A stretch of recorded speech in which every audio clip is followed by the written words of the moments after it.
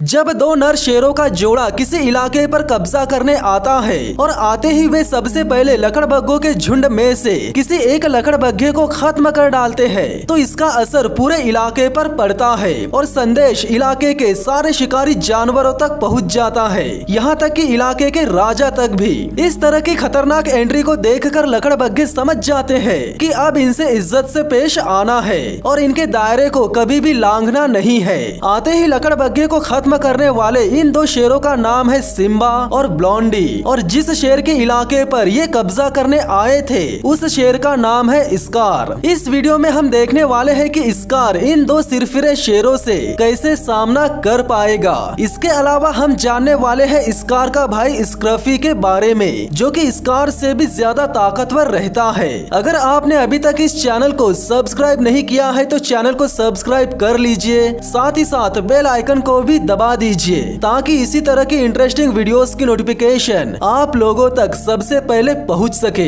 नमस्कार दोस्तों, मेरा नाम है विकी पाटिल और स्वागत है आपका फैक्ट लिमिटेड चैनल पर। ये कहानी है अफ्रीका के मसाई मारा में रहने वाले मार्श प्राइड की। 1998 में मार्श प्राइड के राजा थे स्कार और स्क्रफी। ये दोनों शेर एक दूसरे से काफी अलग थे। स्कार एक बहुत ही आकर्षक, तेजस्वी और राजसी शेर था, जबकि स्क्रफी स्कार से छोटा दिखता था और उसके बाल ज्यादा बड़े नहीं थे, लेकिन ताकत और हिम्मत के मामले में वो स्कार से बहुत आगे था। इसी साल मार्श प्राइड की शेरनियों ने 11 बच्चों को जन्म दिया, जिनमें से कुछ बच्चे 4 महीने के और कुछ बच्चे 5 महीने के हो चुके थे। एक दिन भैंसों के झुंड ने मार्श प्राइड पर हमला कर दिया। स्कार दिखने में तो आकर्षक था, लेकिन जब मुसीबत आई तब वो निकम्मा निकला, जबकि स्क्रफी बिना सोचे समझे अपने प्राइड को बचाने के लिए गुस्सेल भैंसों से जाकर भिड़ गया। बच्चों को झाड़ियों में छुपा दिया गया था। इसके बावजूद भी भैंसे गंध के जरिए बच्चों तक पहुंच गए थे।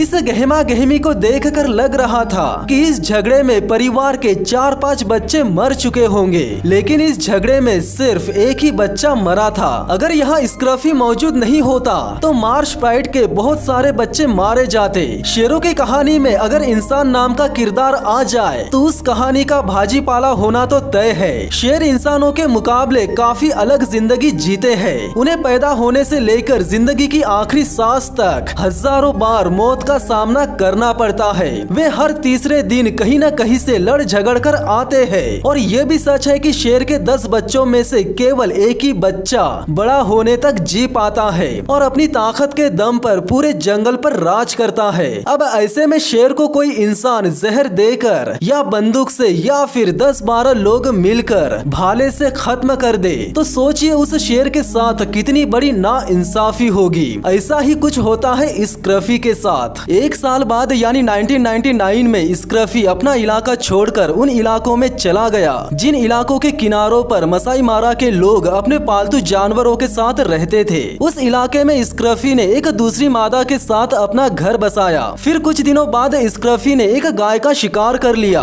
जिसके बाद 10-12 मसाई मारा के लोगों ने मिलकर भाले से स्क्रफी की जान ले ली। स्क्रफी वाकई में एक शानदार शेर था, लेकिन उसे ये पता नहीं था कि एक गाय को खत्म करने की कीमत उसे अपनी जान देकर चुकानी पड़ेगी। अपने दोस्त को खोने के बाद अब स्कार अकेला रह गया था। एक ऐसा शेर जिसने अपना दोस्त गवाया हो, उसके दिमाग में क्या चल रहा है कह नहीं सकते। वो कमजोरी महसूस करेगा या डरेगा या फिर अपनी बहादुरी की वजह से आगे बढ़ता जाएगा। कुछ दिनों तक स्कार की चाल ढाल को देखने के बाद ऐसा लग रहा था कि उसे अपने ही इलाके में घबराहट सी होने लगी थी। एक बार की बात है, जब वो अपने परिवार के साथ आराम कर रहा था तब काफी सारे लकड़बग्घे उसके परिवार के आसपास मौजूद थे। तब स्कार को हीरो की तरह आगे बढ़कर उन लकड़बग्घों से मुकाबला करना चाहिए था, लेकिन वो चुपचाप ही बैठा रहा। पर वो इस बात से खुश था कि परिवार के नौजवान बच्चे बिना डरे उन लकड़बग्घों का सामना कर रहे थे।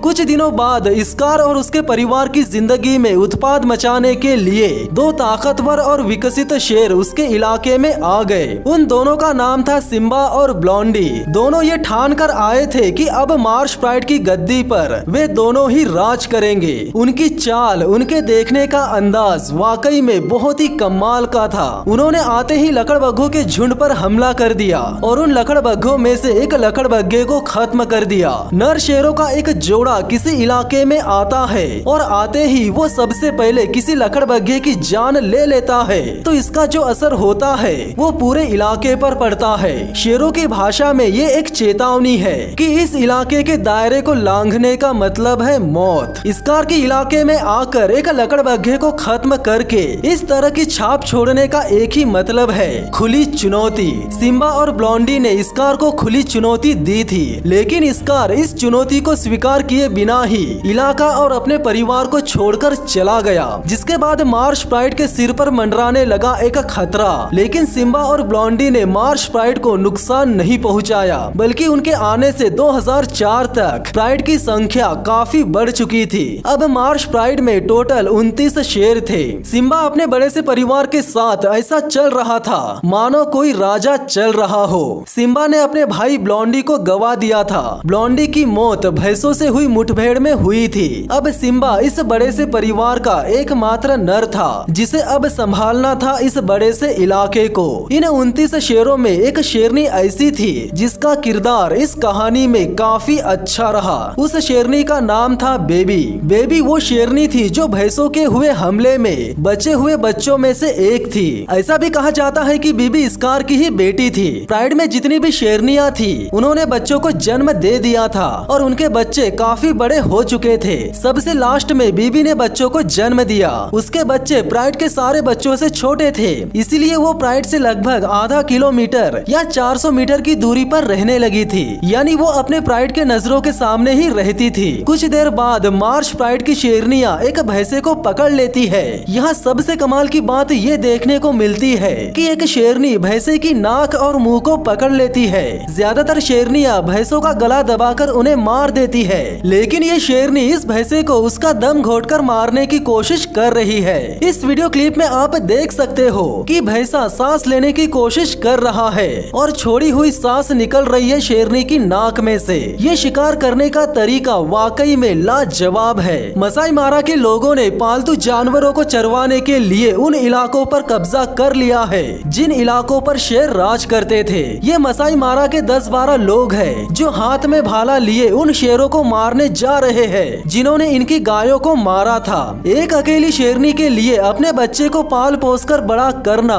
बहुत मुश्किल भरा काम होता है, लेकिन बीबी के बच्चों के लिए ये अंजीर का पेड़ एक रक्षा कवच का काम कर रहा था। जब कभी भी बीबी शिकार करने जाती थी तब ये बच्चे इस पेड़ के तने में बनी गुफाओं के बीच में छुप जाया करते थे। बीबी ने एक वाठों का शिकार कर लिया है जिसे घसीटकर वो अपने बच्चों के पास ले जा रही है। तभी एक हाथी का छोटा सा झुंड उसके सामने आ जाता है, जिसके चलते वो अपने शिकार को वही घास में छुपाकर अपने बच्चों के पास चली जाती है। कुछ देर तक उसे अपने बच्चे नजर नहीं आते, लेकिन थोड़ी देर में दोनों बच्चे पेड़ की गुफा के अंदर से निकल आते हैं। इधर फिर एक बार इतिहास दोहराया जाने लगा। जिस तरह सिम्बा और ब्लॉन्डी स्कार के इलाके में कब्जा करने आए थे, ठीक वैसे ही दो ताकतवर नौजवान शेर अब सिम्बा के इलाके पर कब्जा करने आए हैं। वे दोनों धीरे धीरे सिम्बा को पता चले बिना ही उसके पीछे पीछे आते रहते हैं। वे दोनों सिम्बा पर हमला करने के फिराक में रहते हैं। वे दोनों सिम्बा के काफी करीब आ जाते हैं और सिम्बा को पता भी नहीं चलता।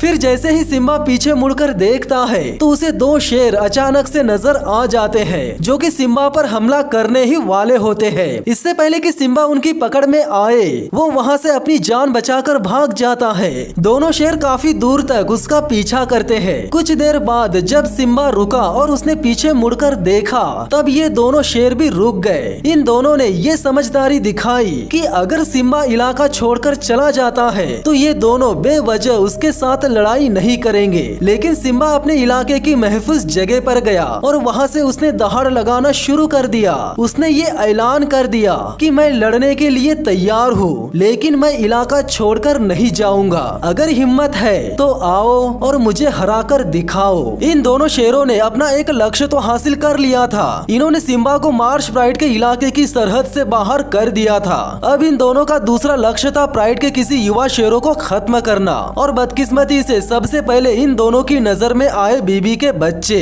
ये दोनों शेर बीबी और उसके बच्चों के काफी करीब चले जाते हैं और इनका इरादा देखकर लग रहा है कि अब बीबी के बच्चे जिंदा नहीं बचेंगे। वैसे भी अगले पार्ट में मार्श प्राइड के बहुत सारे शेर मारे जाते हैं। है, क्यों और कैसे जानेंगे अगले पार्ट में। अगर आप चाहते हो कि मैं सेकंड पार्ट बहुत जल्दी अपलोड करूं, तो आप लोगों से बस एक छोटी सी रिक्वेस्ट है, बस चैनल को सब्सक्राइब करके बेल आइकन को जरूर दबा दीजिए। तो मिलते हैं बहुत ही जल्द नेक्स्ट पार्ट में, तब तक के लिए धन्यवाद।